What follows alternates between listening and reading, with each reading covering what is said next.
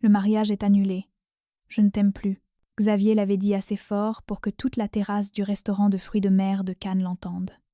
La foule du brunch du samedi s'est tue instantanément. Je sentais 30 paires d'yeux se braquer sur notre table, près de la rambarde. Celle-là même qu'il avait exigée à notre arrivée. Je n'ai pas scié. Je n'ai pas pleuré. Je l'ai regardé, lui, puis ses amis, Nicolas et Pierre, qui tentaient d'étouffer leur rire à la table voisine. J'ai posé délicatement ma coupe de champagne. Merci pour ton honnêteté, ai-je dit d'une voix posée. Et merci d'avoir réglé l'acompte traiteur non remboursable de 15 000 € avec ta carte la semaine dernière. Je me suis levée, j'ai lissé ma robe, et je suis partie. Soyez honnête, si quelqu'un tentait de vous humilier en public de la sorte, resteriez-vous figé? Ou riposteriez-vous? Laissez un emoji flamme en commentaire si vous lui auriez versé votre verre dessus, ou un glaçon si vous seriez parti froidement comme Sophie. Mes talons claquaient sur le pavé du parking, avec un rythme qui ressemblait moins à une retraite qu'à une marche militaire. J'ai déverrouillé ma voiture, me suis glissée au volant, et j'ai attendu l'effondrement.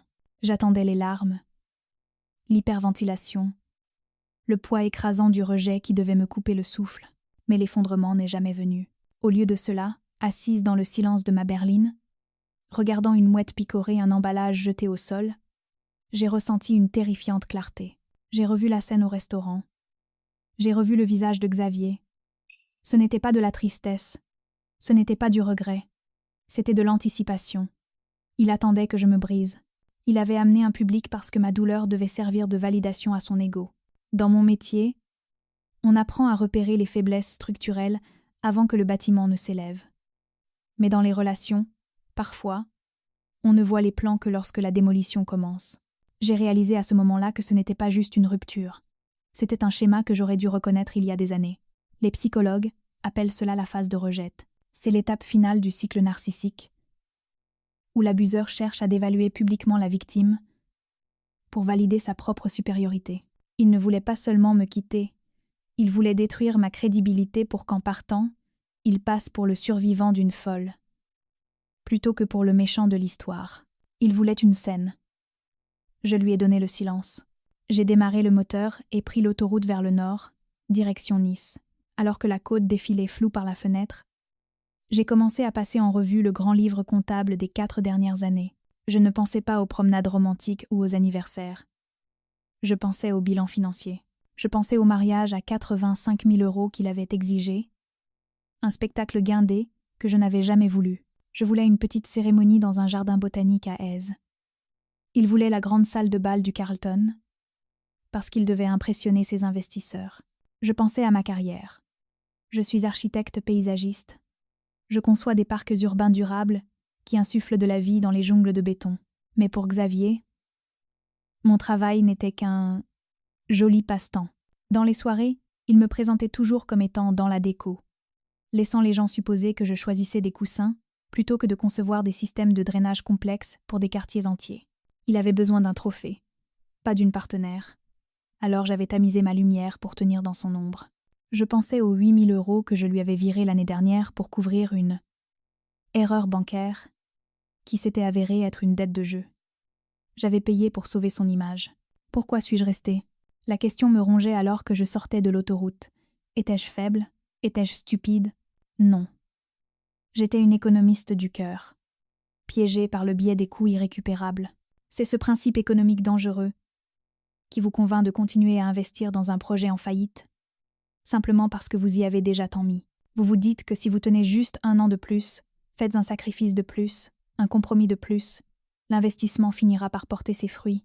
Vous vous convainquez que partir signifie que les 4 dernières années ont été du gaspillage, mais alors que je tournais dans ma rue, la vérité s'est imposée à moi comme un plan d'architecte devenant net. Ces 4 années n'étaient pas un investissement. C'était un impôt sur mon estime de soi, ma créativité et ma tranquillité d'esprit, et aujourd'hui, le contrôle fiscal était enfin terminé. Je me suis garée et j'ai coupé le moteur. J'ai levé les yeux vers le balcon de l'appartement où nous avions partagé un verre hier soir encore, où il m'avait embrassée et dit qu'il m'aimait, sachant pertinemment qu'il avait une réservation pour 3 sur la Croisette le lendemain matin. Je ne ressentais pas de chagrin d'amour. Je ressentais la résolution froide et dure d'un chef de projet reprenant un chantier en perdition. Les fondations étaient pourries. La façade s'effritait.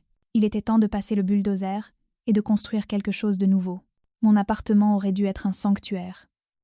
Au lieu de cela, il ressemblait à une zone de guerre. Mon téléphone vibrait sur l'îlot central en granit, un bourdonnement incessant et colérique qui résonnait contre les murs. J'ai regardé l'écran.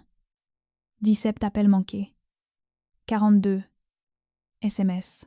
La dernière notification était un message vocal de Béatrice, la mère de Xavier. Je n'avais pas besoin de l'écouter pour en connaître le ton.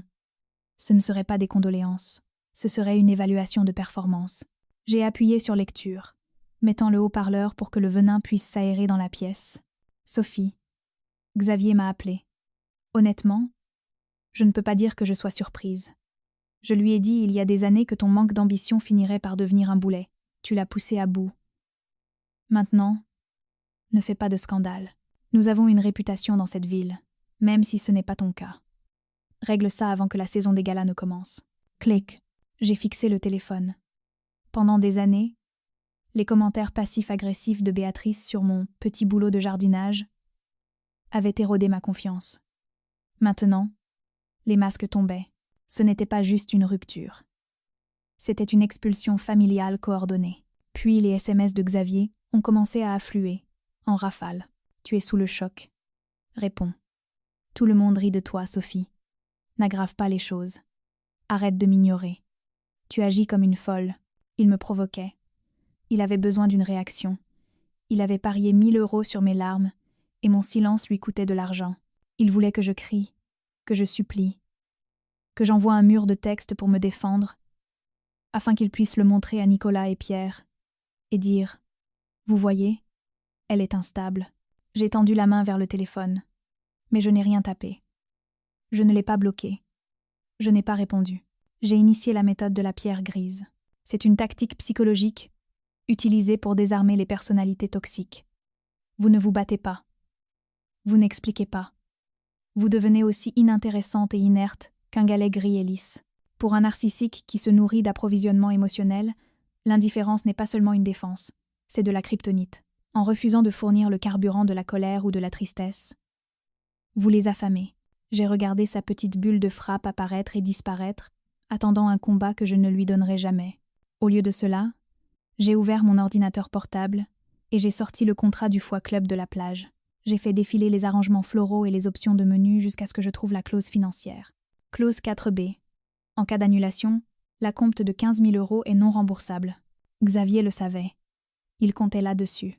Il pensait probablement que l'argent perdu serait le dernier clou de mon cercueil, la chose qui me briserait financièrement pendant qu'il s'en sortirait indemne.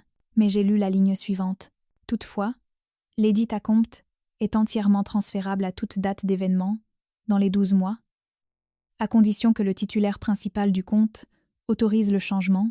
J'ai regardé la ligne de signature. C'était mon nom.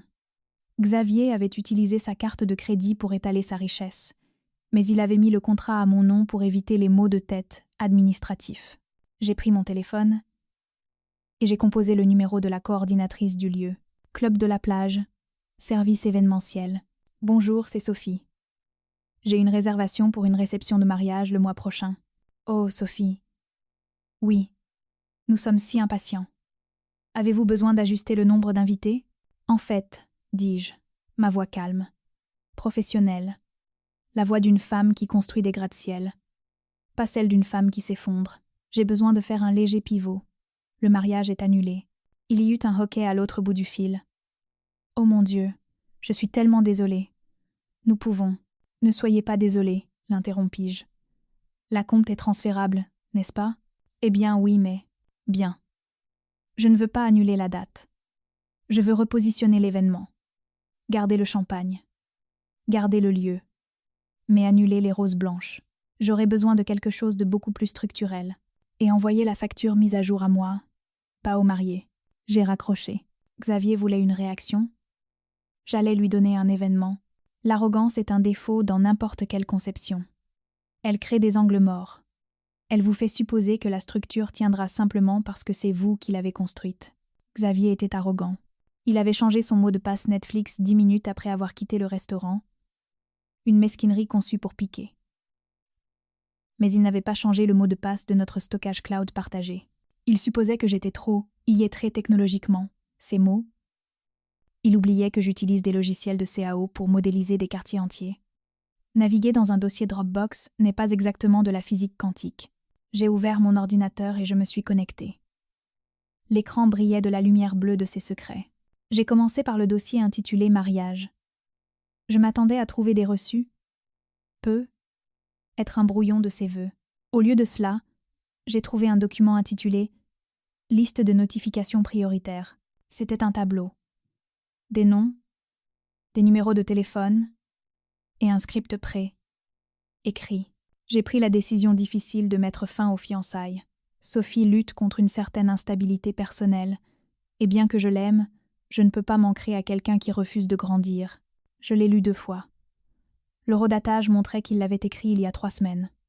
Pendant que je lui faisais essayer son smoking, il rédigeait mon assassinat social. C'était une campagne de diffamation, déguisée en appel à la sympathie. Mais je ne me suis pas arrêtée là. En architecture, si la façade se fissure, on vérifie les fondations. Je suis sortie du dossier mariage et j'ai cliqué sur « Finance ». Xavier avait toujours été secret sur l'argent. « Je gère le macro, tu gères le micro », aimait-il dire. Je supposais que cela signifiait qu'il gérait les investissements et moi les courses. J'ai trouvé un sous-dossier nommé « Z-Tech Ventures ». À l'intérieur se trouvait un PDF téléchargé le mois dernier. C'était une demande de prêt pour une ligne de crédit professionnelle. J'ai fait défiler vers le bas. L'emprunteur n'était pas Xavier. L'emprunteur était Sophie Valois. Il avait utilisé mon identité. Il avait utilisé mon dossier bancaire qui était impeccable, contrairement au sien, que je soupçonnais d'être au niveau de l'interdit bancaire. Il avait falsifié numériquement ma signature sur la reconnaissance de dette. Mon cœur ne s'est pas emballé. Il a ralenti. Ce n'était pas juste une trahison de confiance. C'était un délit grave. C'était une usurpation d'identité et un faux en écriture. J'ai fait défiler jusqu'au bas du document, cherchant le co-signataire ou le témoin requis pour un prêt de cette taille sans garantie. Là, dans une écriture numérique élégante et bouclée, se trouvait la signature du témoin. Béatrice Sterling, sa mère, la femme qui venait de me laisser un message vocal sur mon manque d'ambition, avait sciemment conspiré avec son fils pour me frauder de 42 000 € afin de financer sa start-up en faillite. Je me suis adossée à ma chaise. La pièce était silencieuse, mais mon esprit était assourdissant du bruit des pièces du puzzle s'emboîtant les unes dans les autres. Ce n'était pas une relation. C'était un braquage. Il ne m'avait pas gardée pendant 4 ans parce qu'il m'aimait. Il m'avait gardée parce que j'étais solvable. J'étais l'organisme hôte, et ils étaient les parasites. J'ai téléchargé le fichier. Puis j'ai téléchargé les métadonnées, prouvant quand il avait été créé et par quel utilisateur. J'ai tout sauvegardé sur un disque externe crypté. J'ai regardé l'invitation à la fête « Échappée belle » que j'avais rédigée sur mon écran. J'avais eu peur que ce soit trop mesquin, trop dramatique. Maintenant, je réalisais que ce n'était pas une fête. C'était une conférence de presse. Et je venais de trouver le gros titre. La plupart des femmes auraient crié. La plupart des femmes auraient imprimé cette demande de prêt, conduit jusqu'à la maison de sa mère et mis le feu au papier sur sa pelouse. Je n'ai pas crié. Je suis restée assise dans la lueur bleue de mon moniteur et j'ai fait ce que je fais de mieux. J'ai dessiné un plan. Dans la construction, quand on trouve une défaillance critique dans la structure existante, on ne se contente pas de la réparer. On la condamne. Puis on construit quelque chose de mieux sur les ruines. J'ai pris mon téléphone. Je n'ai pas appelé un thérapeute. Je n'ai pas appelé un avocat spécialisé en divorce. Nous n'étions pas mariés. Dieu merci. J'ai appelé un expert comptable judiciaire. J'ai besoin d'un audit complet, lui ai-je dit. J'ai des raisons de croire que mon identité a été utilisée pour obtenir des prêts frauduleux. J'ai besoin d'une trace papier si profonde qu'elle touche la roche-mère. Je m'en occupe, a-t-il dit. Voulez-vous déposer une plainte immédiatement ? Pas encore, ai-je répondu, la voix glaciale. J'ai d'abord un événement à organiser. Ensuite, j'ai appelé Laure. C'est l'une des meilleures agents immobiliers de la Côte d'Azur. Un requin en tailleur Chanel, qui m'avait toujours plus apprécié qu'elle n'appréciait Xavier. Elle essayait de me faire concevoir les paysages de ses propriétés de luxe depuis des années. Mais Xavier avait toujours bloqué l'idée, disant que j'étais trop occupée à soutenir sa carrière. Laure, c'est Sophie. Tu es libre le 16. Pour le mariage? Chérie, j'ai déjà envoyé le cadeau. Renvoie-le. Le mariage est annulé. Mais la fête tient toujours. Seulement maintenant, c'est le gala de lancement officiel de l'atelier Sophie. Il y eut une pause, puis un sifflement bas et admiratif. Dis-moi tout. J'ai le lieu, j'ai le traiteur. Et grâce à un certain acompte non remboursable, j'ai le budget. Je transforme la réception en vitrine. J'expose les modèles de parcs urbains durables sur lesquels je travaille pendant mon temps libre. J'ai besoin que tu invites tous les promoteurs, investisseurs et urbanistes de ton carnet d'adresses. Sophie, dit Laure, sa voix tombant dans un murmure conspirateur. Xavier essaie d'obtenir une réunion avec la moitié de ces gens depuis des années pour leur vendre sa start-up fantôme. Je sais, ai-je dit. Invite-les quand même. Pendant les 3 semaines suivantes, je n'ai pas dormi. J'ai travaillé. Je suis allée au club et j'ai démoli la vision de la mariée rougissante. J'ai ordonné au personnel de retirer le tulle blanc et les rubans pastels. Apportez-moi de la verdure, ai-je dirigé. Je veux des murs végétaux. Je veux un éclairage architectural. Je veux que cet endroit ressemble au futur de la Côte d'Azur. Pas à un tableau Pinterest de 2014. J'ai imprimé mes créations sur d'immenses panneaux brillants. Le projet de parc que Xavier avait appelé un « joli passe-temps » était en réalité un plan de développement en 3 étapes, entièrement réalisé pour revitaliser le front de mer. C'était brillant, c'était rentable. Et pour la première fois, je ne le cachais pas dans la chambre d'amis. Je le mettais sur le devant de la scène. Ensuite, j'ai envoyé les invitations. Je les ai envoyées aux amis de Xavier. Je les ai envoyées à ses investisseurs. Je les ai envoyées aux personnes qu'il désespérait d'impressionner, ces gens dont il convoitait la validation comme de l'oxygène. L'invitation ne mentionnait pas de rupture. Elle ne mentionnait pas de mariage. Elle était élégante, professionnelle, sur du papier cartonné, épais. Atelier Sophie, le dévoilement. Je construisais une scène. Et je savais exactement qui serait assez arrogant pour monter dessus.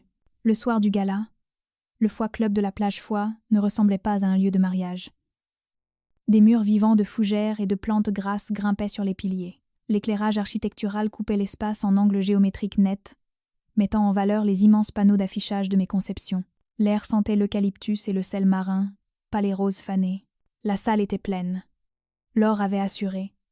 Des membres du conseil municipal sirotaient du champagne à côté de promoteurs immobiliers.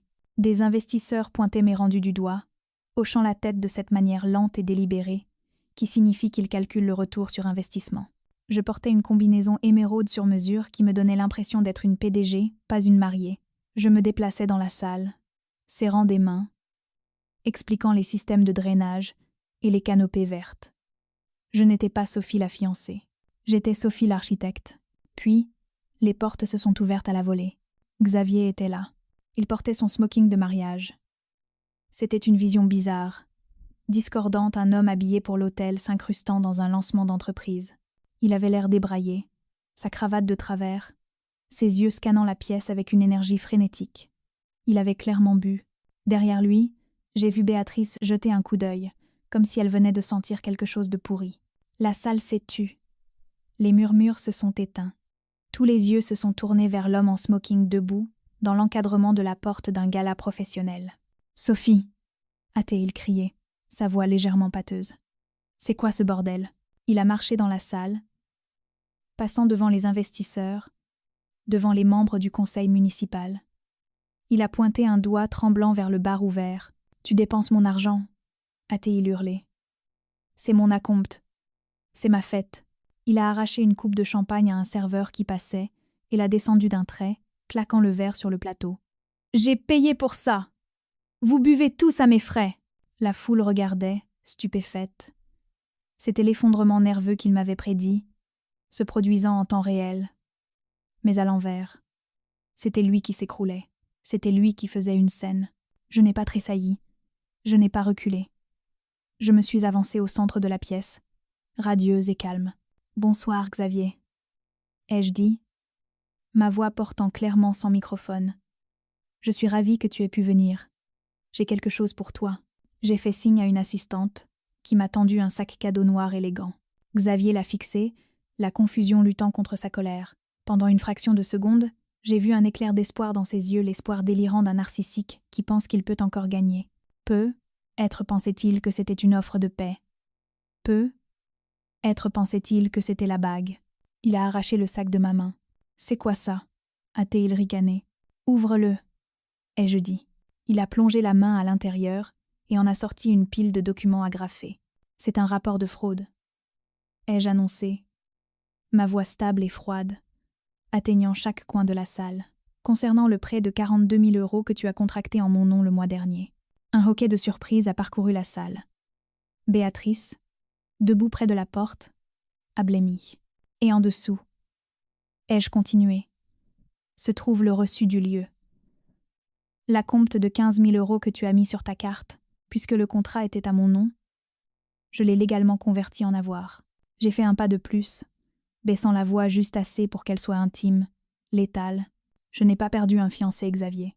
J'ai liquidé un passif. Xavier a regardé les papiers dans sa main. Il a regardé les investisseurs qui le fixaient avec un dégoût non dissimulé. Il a regardé sa mère, qui reculait déjà, essayant de se distancier du naufrage.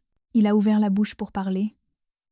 Il n'y avait plus que la réalisation vide qu'il était tombé dans un piège de sa propre fabrication. « Sécurité » ai-je dit en me tournant vers les gardes près de la porte. « Veuillez raccompagner mon ex-fiancé à la sortie. Il gâche l'esthétique. » Les retombées furent rapides, brutales et entièrement auto-infligées. 2 agents de sécurité, discrets mais fermes, ont escorté Xavier hors du lieu. Il ne s'est pas débattu. Le combat l'avait quitté au moment où il avait réalisé que je tenais la preuve de sa fraude dans un sac cadeau. Béatrice l'a suivi, la tête basse, refusant de croiser le regard du cercle social qu'elle avait passé des décennies à essayer d'impressionner. À l'intérieur, la fête ne s'est pas arrêtée. Elle a changé. La tension s'est brisée, remplacée par un bourdonnement d'excitation authentique. Le thème « Échappée belle » prenait soudain tout son sens pour tout le monde dans la salle. Je n'étais pas une victime, j'étais une victorieuse. Laure m'a trouvée près du bar, me tendant une coupe de champagne fraîche. Ça, a-t-elle dit, en trinquant contre mon verre. C'était la démolition la plus élégante dont j'ai jamais été témoin. Ce n'était pas une démolition, ai-je corrigé en souriant. C'était une rénovation. À la fin de la soirée, j'avais 4 cartes de visite de grands promoteurs intéressés par mes conceptions de parc. L'un d'eux, un membre du conseil municipal qui avait observé l'effondrement de Xavier avec une expression sombre, m'a serré la main et a dit « Nous avons besoin de gens capables de gérer la pression. Appelez mon bureau lundi. J'ai signé mon premier gros contrat ce soir-là. » Là, sur une serviette en papier, dans les semaines qui ont suivi, les décombres de la vie de Xavier ont continué de brûler. L'enquête pour fraude que j'avais initiée a mené à un audit de sa start-up qui a révélé un château de cartes bâti sur la dette et la tromperie. Il a fait face à des accusations, des amendes et une peine de travaux d'intérêt général qui l'a dépouillé de sa dernière once d'arrogance. Béatrice a été discrètement ostracisée de son club de jardinage et des conseils d'administration caritatifs. Dans la haute société, le scandale financier est pardonnable, mais l'embarras public est un crime capital. Quant à moi, j'ai emménagé dans un nouveau bureau au centre-ville. C'était petit, calme et baigné de lumière naturelle. Je me suis assise à ma table à dessin, regardant l'horizon de la ville, et j'ai pensé au coup irrécupérable dont je m'étais éloignée. J'ai pensé aux 4 années passées à essayer d'être quelqu'un d'autre, à essayer de rentrer dans un moule trop petit, trop superficiel, trop fragile. J'ai regardé le rendu encadré du nouveau parc du front de mer sur mon mur. C'était beau, c'était réel, et c'était à moi. L'échappée n'était pas belle parce que j'avais failli l'épouser. Elle était belle parce que j'avais failli me perdre moi-même.